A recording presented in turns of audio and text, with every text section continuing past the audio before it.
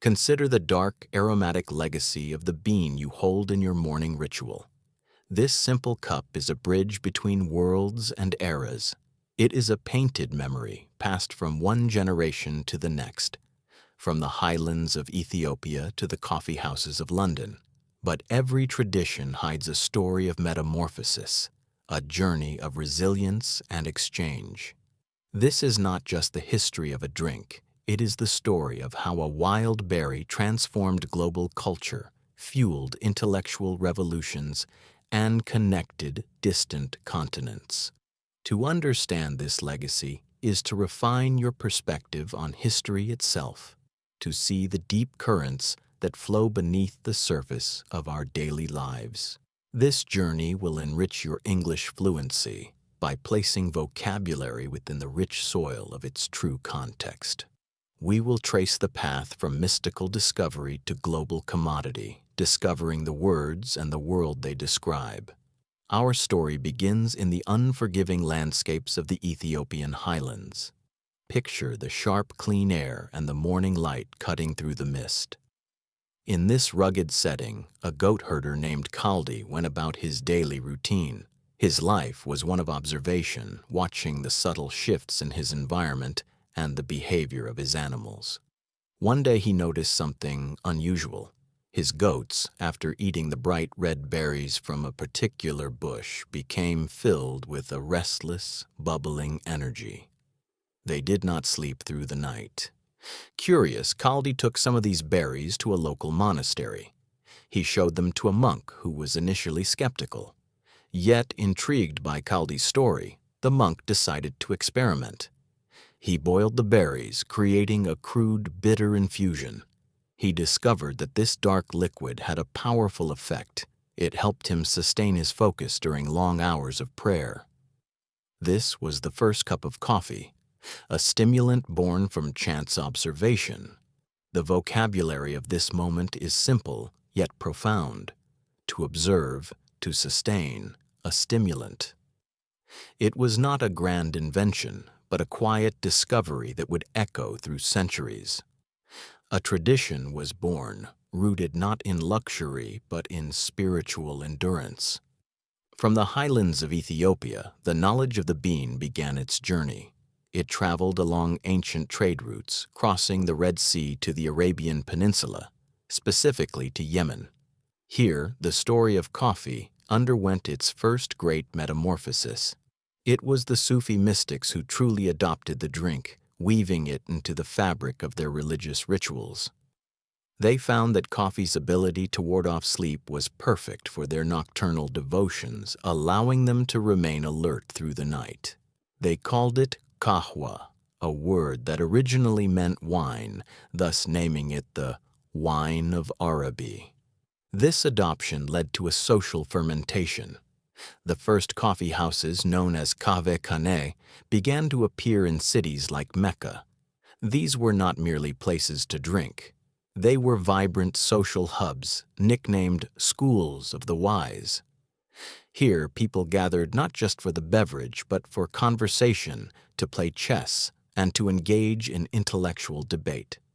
This was a pivotal shift. Coffee was transforming from a solitary spiritual tool into a powerful social catalyst. The atmosphere in these spaces was one of lively exchange, a precursor to the great intellectual salons of Europe. The vocabulary here expands. Trade routes to adopt a ritual, fermentation of ideas, intellectual discourse. The bean was no longer just a local secret. It was becoming a currency of culture. If you are enjoying this journey into the heart of English and history, consider following our path into the next chapter of this remarkable story. From the Arabian Peninsula, coffee's journey carried it north into the heart of the powerful Ottoman Empire. Imagine the scene as it arrived in Constantinople, a city of minarets piercing the sky, with the Bosphorus Strait glinting like a silver ribbon below. The air was thick with the scent of spices, sea salt, and the distinct aroma of roasting beans that now wafted from the bustling markets. Its arrival in this glittering capital marked another critical transformation. The Ottoman court, with its refined tastes and obsession with luxury, quickly adopted the beverage, elevating it from a social drink to an imperial art form. Within the palace walls, coffee drinking became a ritual of exquisite precision. Servants, known as kahveci usta, were trained for years to master the ceremony. They would grind the beans to a fine powder using brass mortars, then brew the coffee in small, ornate pots over charcoal fires, timing the process to achieve the perfect layer of foam, or kaymak. The serving was a performance, the cup placed on a delicate saucer, accompanied by a glass of water and a piece of lokum, all presented on a silver tray. The vocabulary of this era becomes more complex, reflecting this new context: imperial power, courtly discourse, and the aesthetics of ritual. It was here that coffee transcended its humble origins, becoming a symbol of Ottoman sophistication and control. But this embrace by the elite existed alongside a deep-seated fear, a tension that simmered in the city's underbelly. The same coffeehouses that had been schools of the wise in Arabia began to spring up in the shadow of the great mosques and bazaars of Constantinople. And in these dimly lit, smoke-filled rooms, a dangerous new kind of conversation flourished. Picture the atmosphere: the low hum of voices, the clatter of backgammon pieces, the thick haze of tobacco smoke mingling with the rich scent of coffee. Men from different social classes, merchants, soldiers, artisans, and scholars, gathered on simple cushions, and the discourse was not always obedient. Here, away from the watchful eyes of the court, they discussed politics, criticized the Sultan's edicts, and shared subversive ideas that challenged the rigid hierarchy. The government saw these establishments not as centers of culture, but as nurseries of sedition, threats to their absolute authority. This led to one of the most dramatic episodes in coffee's history: outright prohibition. Sultan Murad IV, a ruler infamous for his paranoia and harsh rule, became so alarmed by the political chatter echoing from these spaces that he banned coffeehouses entirely. His edicts were severe. The punishment for being caught drinking coffee could be beating, imprisonment, or even death by drowning in the Bosphorus. This was the great paradox. While the drink was being refined into a silent, controlled art form within the palace walls, it was being violently suppressed in the public square where it gave voice to dissent. The very thing that made coffee valuable to the state, its power to focus the mind, also made it dangerous. Yet it was during this period of intense tension that the tools and techniques of coffee were perfected underground. The distinctive Turkish cezve, or ibrik, was developed. A small, long-handled pot designed not just for function but for stealth, allowing for quick, quiet preparation. The art of achieving the rich, foamy coffee that defined the Ottoman style became a secret knowledge passed among devotees. This refinement of brewing technique and the resilience of the practice ensured that even under the threat of punishment, the cultural appreciation of the bean persisted.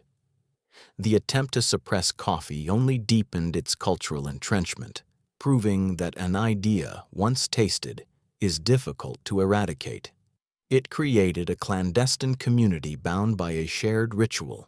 The bean had survived its first great political crisis, emerging not weaker but with a more complex identity, its story now woven with threads of opulence, fear, and defiance, poised for its next great leap into Europe. As the 17th century dawned, coffee began its journey into Europe, carried by merchants and travelers. It found a particularly fertile ground in London, a bustling port city rapidly becoming a center of global commerce and new ideas. The London that greeted coffee was a city often drunk on alcohol. Beer and wine were the common beverages consumed throughout the day. Coffee arrived as a sober alternative, and it catalyzed a social revolution. The first coffeehouse opened in London in 1652, and soon they were everywhere, becoming the new nervous system of the city. To understand their impact, we must examine the anatomy of a London coffeehouse.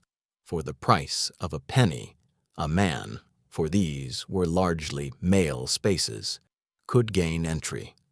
Inside, he would find a lively scene, the rich aroma of roasting beans, the buzz of intense conversation, and tables littered with pamphlets and the latest newspapers. Patrons engaged in fierce debate on everything from science and literature to politics and business.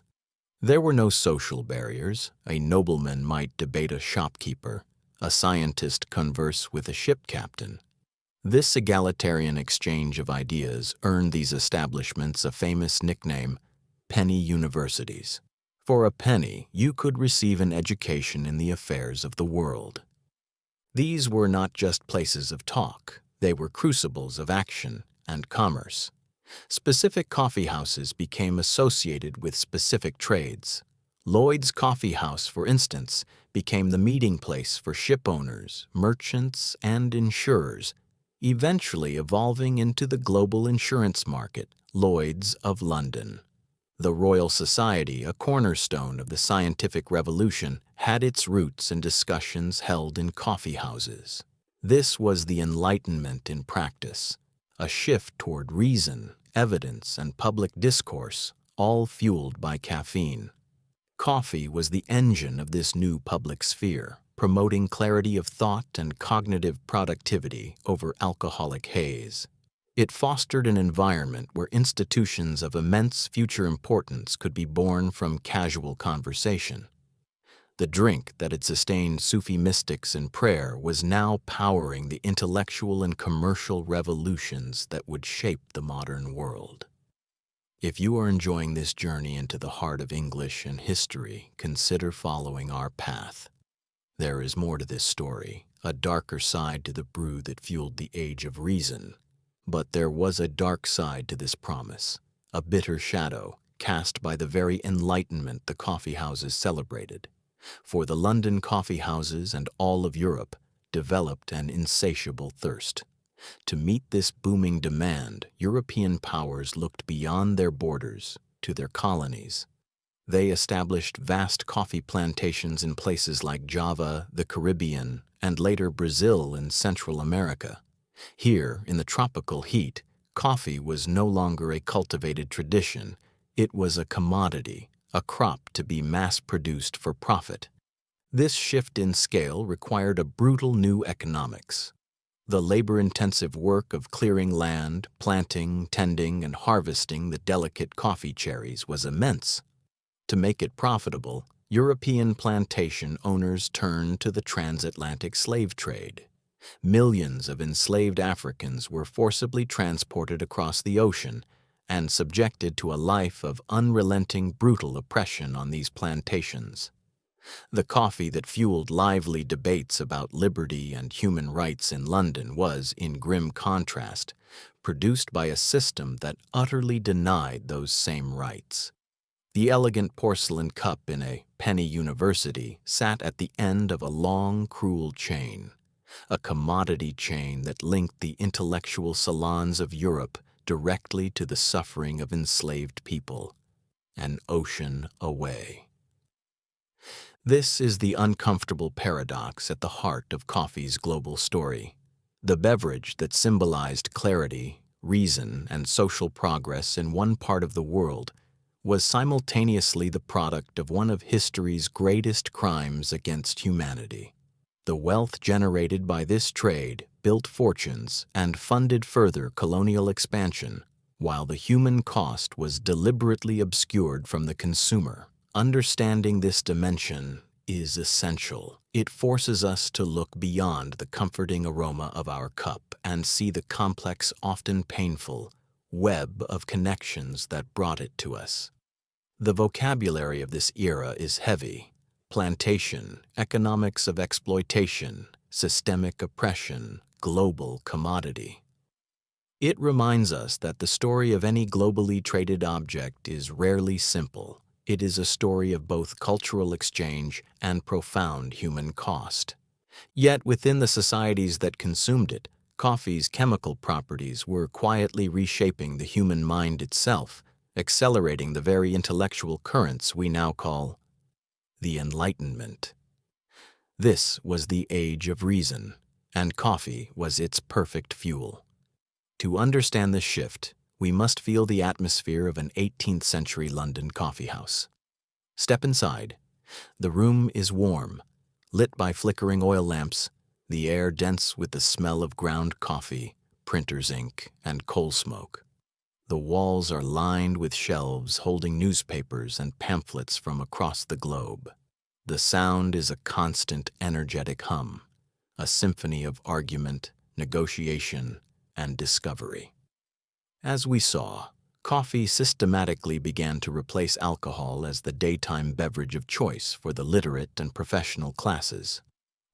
Where ale made the mind foggy and slow, promoting a lethargic acceptance of the world, coffee promoted a state of alert, sustained focus. This was no accident, it was a fundamental chemical intervention. Caffeine, the active stimulant in the bean, is an adenosine receptor antagonist. It blocks the neurotransmitters in the brain that signal tiredness, leading to enhanced cognitive function, improved concentration, and a perceived increase in mental productivity. For the first time, the educated elite had a legal, socially acceptable tool for optimizing their minds for work and debate. This pharmacological effect had profound and immediate cultural consequences. The association between coffee and clear, rational thinking became deeply embedded in the European psyche. The coffeehouse was the laboratory for this new mentality, a crucible where ideas were tested and refined. It was in these vibrant, egalitarian spaces that the ideals of the scientific revolution were not just debated, but practically applied. The Royal Society, as mentioned, had its origins in coffeehouse gatherings, but the influence went deeper. Figures like Isaac Newton and Edmund Halley were known to discuss their theories in establishments like the Grecian coffeehouse, where the inverse square law of gravitation was likely debated over steaming cups. The drink's clarity-inducing properties perfectly mirrored the intellectual goals of the era to dispel the mists of superstition, religious dogma, and unchallenged tradition with the clear, harsh light of empirical observation, logical deduction, and skepticism. Coffee became the liquid embodiment of the Enlightenment motto, sapere aude, dare to know. Coffee did not just accompany the Enlightenment, it actively helped engineer the cognitive and social conditions for it. By creating a sober, alert, and intensely sociable environment, it fostered a culture of collaborative inquiry and vigorous, evidence-based debate that was unprecedented. The rapid, caffeinated exchange of ideas accelerated the spread of new philosophies, from John Locke's theories of governance to David Hume's empiricism. Scientific discoveries like the circulation of blood or the nature of light were disseminated not in dense Latin texts, but in conversations anyone could join for a penny. This environment helped forge a new kind of public intellectual, one whose work was honed not in the solitary isolation of a university cell, but in the lively, demanding clash of the coffeehouse, where every assertion had to withstand immediate scrutiny. In this way, a simple bean from the Ethiopian highlands became more than a drink. It became a catalyst for a fundamental shift in the very architecture of Western thought, prioritizing reason, evidence, and productive discourse over authority and tradition. The legacy of that shift, for better and for worse, from democratic revolutions to industrial capitalism, defines the contours of our modern world. The coffeehouse was the engine room of modernity, and caffeine was its steam. The 20th century brought a new phase, the industrialization of coffee. It became a mass-produced commodity, roasted dark to ensure uniformity, its unique origins lost in the blend. But a reaction was brewing. The third wave coffee movement emerged, a conscious return to the bean's story. This contemporary approach treats coffee not as a generic product but as an artisanal craft, much like wine. The focus shifted to terroir, the specific soil, climate, and altitude where the bean is grown. Roasting became an art of highlighting subtle flavor profiles, from fruity to floral. This modern metamorphosis is a circle closing, a return to appreciation for the bean's entire journey from seed to cup. We have come back to the beginning, but with deeper understanding. This journey has given us a vocabulary for this legacy, from a simple stimulant to intellectual discourse, from colonial commodity to contemporary craft. Each term is now rooted in a rich historical context. The next time you drink coffee, notice this legacy. See the story in your cup. This is how language acquisition gains depth, not by memorizing lists, but by understanding the cultural currents that give words their true weight and meaning. True fluency lives in this context. The bean's journey is a powerful metaphor for cultural exchange itself, a story of resilience and connection. It teaches us to look beyond the surface of everyday objects, to see the hidden architecture of history. This approach builds true cultural literacy, which is the heart of advanced fluency. Our quest for light and connection continues. To refine your English through more stories like this, subscribe and join us for the next graded reader. We will continue to decode the world, one story at a time.